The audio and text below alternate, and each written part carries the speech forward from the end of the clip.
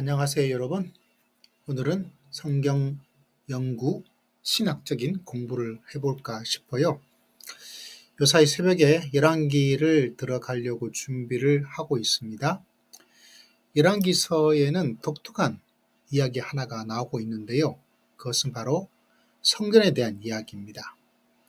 이스라엘 자손이 애굽 땅에서 나온 지 480년이요. 솔로몬이 이스라엘 왕이 된 지 4년 10월 곧 둘째 달에 솔로몬이 여호와를 위하여 성전 건축하기를 시작하였다라고 되어져 있죠. 우리가 좀 교회 다니면 아는 이야기죠. 솔로몬의 성전. 그런데 열왕기 기자는 우리에게 이 이야기를 좀 덧붙여 주고 있어요.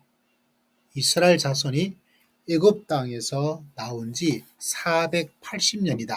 이렇게 이야기를 하고 있는 거죠. 이게 왜 필요할까? 이거 없어도 충분하지 않을까? 여기서 이제 중요한 신학적 이야기가 시작을 하고 있는 것을 볼 수가 있습니다. 다시 말하자면 출애굽의 진정한 완성이 성전 건축으로 연결을 시키고 있다라고 해석을 하는 거죠. 그래서 성전 건축은 출애굽의 완성이고 성전 건축이 참 중요한 핵심적인 사항이다라고 이야기를 성경은 우리들에게 이야기를 하고 있어요.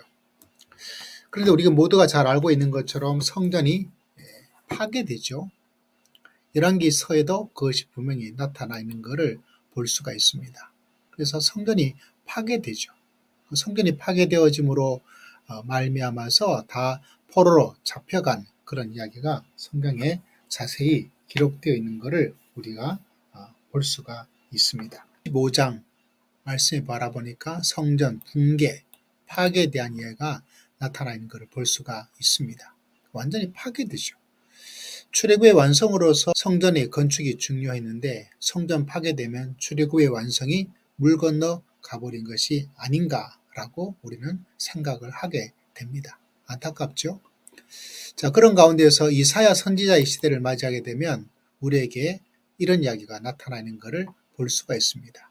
고레스에 대하여는 이르기를 내 목자라 그가 나의 모든 기쁨을 성취하리라 하며 예루살렘에 대하여는 이르기를 중건되리라 하며 성전에 대하여는 내 기초가 놓여지리라 하는 자니라.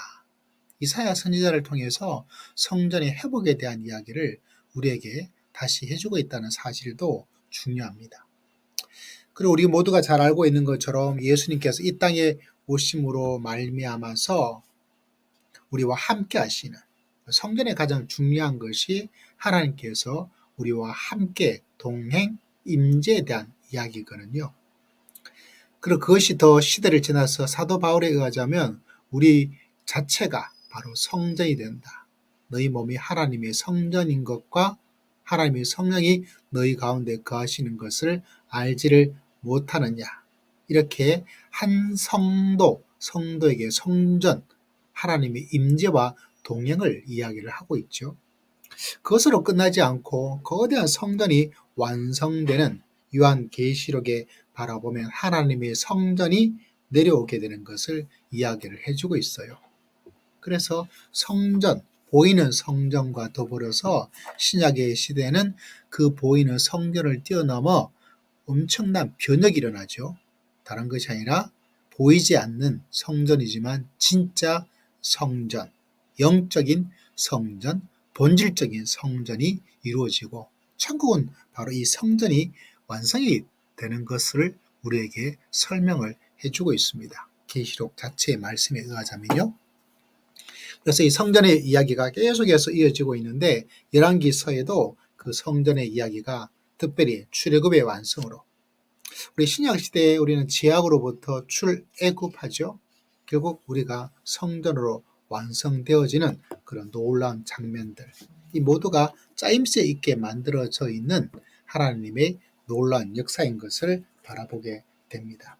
그리고 우리 마지막 모습 성경은 요한계시록 22장에서 아름다운 모습으로 성전 건축의 완성을 우리들에게 이야기해 주고 있는 것을 바라볼 수가 있어요. 참 이 말씀이 너무나 감동적이죠. 하나님의 놀라운 계획이 얼마나 위대한가 그것을 바라볼 수가 있다는 사실입니다. 요한계시록 21장 22절 말씀에 보니까 성 안에서 성전을 보지 못한다. 이는 주 하나님 곧 전능하신 이와 및 어린 양이 그 성전이심이라. 이 성전이 이렇게 보이는 건축 성전에서 영적인 핵심적인 성전으로 완전히 바뀌게 되는 것을 볼 수가 있어요. 건물 성전은 필요 없죠. 그거는 그림자이고 실상이 이제 나타나게 된 거죠. 이런 면에서 열왕기에서도 출애굽의 완성으로 성전은 파괴되었지만 성전 회복에 대한 이야기로 미래를 이야기해주고 있다는 사실입니다. 하나님의 계획이 얼마나 치밀하고 놀라운가 그것을 다시 한번 감탄을 하지 않을 수가 없네요.